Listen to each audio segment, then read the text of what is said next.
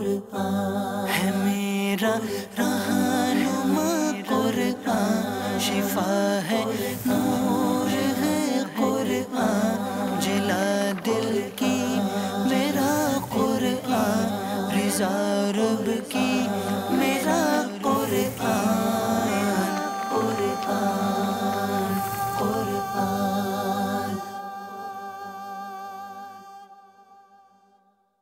الحمدللہ رب العالمین والصلاة والسلام علی سید المرسلین، اما بعد فاعوذ باللہ من الشیطان الرجیم، بسم اللہ الرحمن الرحیم۔ الصلاة والسلام علیک یا رسول اللہ وعلی آلک واصحابک یا حبیب اللہ، الصلاة والسلام علیک یا نبی اللہ وعلی آلک واصحابک یا نور اللہ۔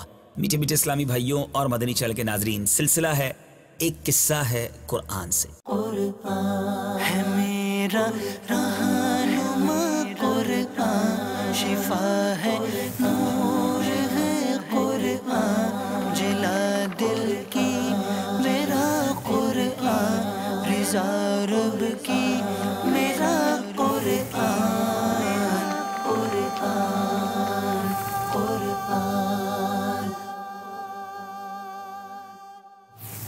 آج کون سا قصہ آپ کو سنانا ہے؟ سبحان اللہ، آج آپ کو ایسی رات کے بارے میں بتانا ہے جو 1000 مہینوں سے زیادہ افضل رات ہے۔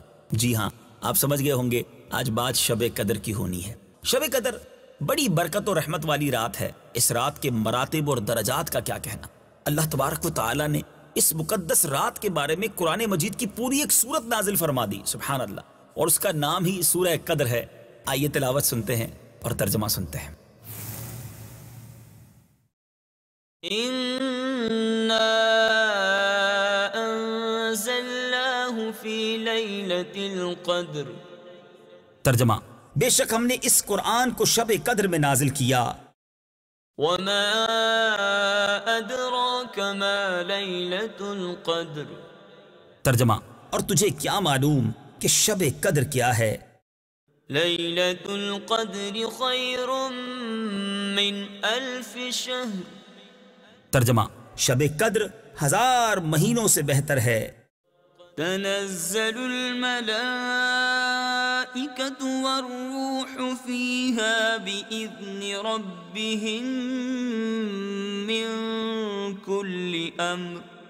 ترجمہ، اس رات میں فرشتے اور جبرائیل اپنے رب کے حکم سے ہر کام کے لیے اترتے ہیں۔ سلام ہی حتی مطلع الفجر۔ ترجمہ، یہ رات صبح طلوع ہونے تک سلامتی ہے۔ سبحان اللہ سبحان اللہ، یعنی شب قدر قدر و منزلت والی رات ہے کہ اس رات میں پورا قرآن مجید لوح محفوظ سے آسمان دنیا پر نازل کیا گیا، اور اس ایک رات کی عبادت 1000 مہینوں سے بڑھ کر افضل ہے۔ اس رات میں حضرت جبریل علیہ السلام ملائکہ کے ایک لشکر کے ساتھ آسمان سے زمین پر اترتے ہیں۔ یہ رات زمین و آسمان اور سارے جہان کے لیے سلامتی کا نشان ہے۔ غروب آفتاب سے طلوع فجر تک اس کے انوار و برکات کی تجلیات برابر جلوہ افروز رہتی ہے۔ روایت ہے کہ ایک دن نبی پاک علیہ السلام نے بنی اسرائیل کے ایک عابد کا قصہ بیان فرمایا کہ اس نے 1000 مہینے تک لگاتار عبادت۔ صحابہ نے عرض کیا، یا رسول اللہ صلی اللہ علیہ وسلم، آپ کے امتیوں کی عمریں تو بہت کم ہیں، پھر بھلا ہم لوگ اتنی عبادت کیوں کر سکیں گے؟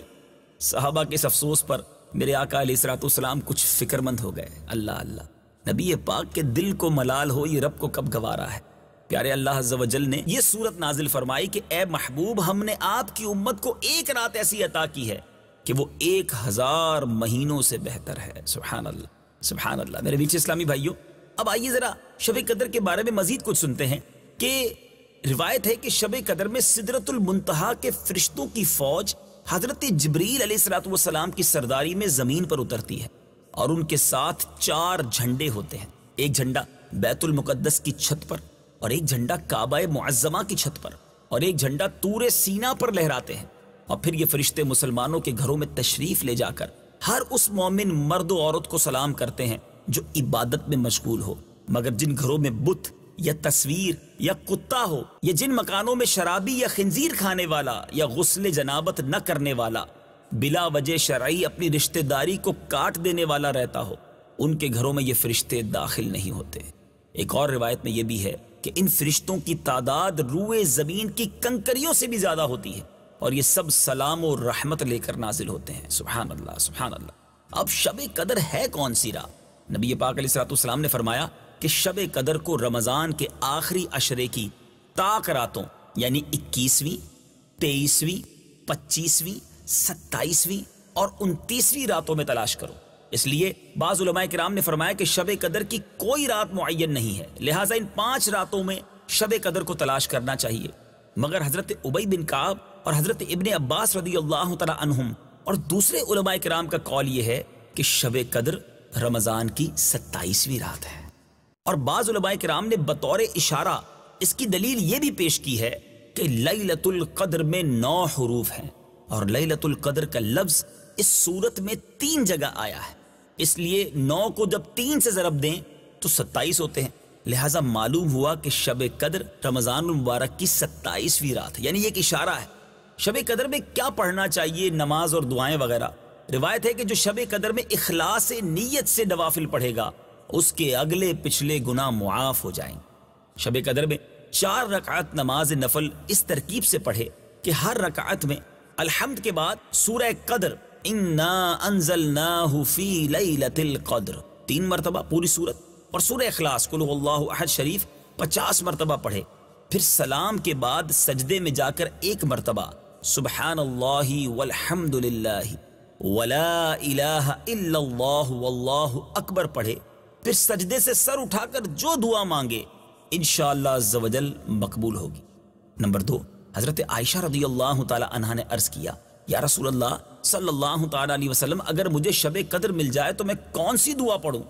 پیارے آقا علیہ الصلوۃ والسلام نے فرمایا تم یہ دعا پڑھو، اللہم انک عفو تحب العفو فاعف عنی۔ ایک روایت میں ہے کہ جو شخص رات میں یہ دعا 3 مرتبہ پڑھ لے گا تو اس نے گویا شب قدر کو پا لیا، لہٰذا ہر رات اس دعا کو پڑھ لینا چاہیے۔ سبحان اللہ۔ وہ دعا کیا ہے؟ لا الہ الا اللہ الحلیم الکریم سبحان اللہ رب السماوات السبع ورب العرش العظیم۔ سبحان اللہ۔ آپ نے دیکھا ہوگا امیر اہل سنت مدنی مذاکروں کے بعد یہ دعا پڑھاتے ہیں، دعوت اسلامی کے ہفتہ وار اجتماع کے بعد بھی یہ دعا 3 مرتبہ پڑھائی جاتی ہے، یاد کر لیں اور ہر روز ہی 3 بار پڑھ لیا کریں۔ یہ دعا بھی جس قدر ہو سکے زیادہ پڑھیں، یہ بھی حدیث پاک میں آیا ہے، اور دعا یہ ہے اللہم انی اسألک العفو والعافیہ والمعافاة الدائمة فی الدنیا والآخرہ۔ اللہ کریم مجھے بھی اور آپ کو بھی خوب شب قدر میں عبادت کرنا نصیب فرمائے۔ ایک بدری مشورہ عرض کرتا ہوں، ہمیں تو نہیں پتا شب قدر کون سی رات ہے، مگر یہ پتا ہے کہ آخری عشرے کی طاق راتوں میں کوئی رات شب قدر ہوتی ہے۔ یقیناً کچھ اشارے 27ویں شب کی طرف بھی ملتے ہیں۔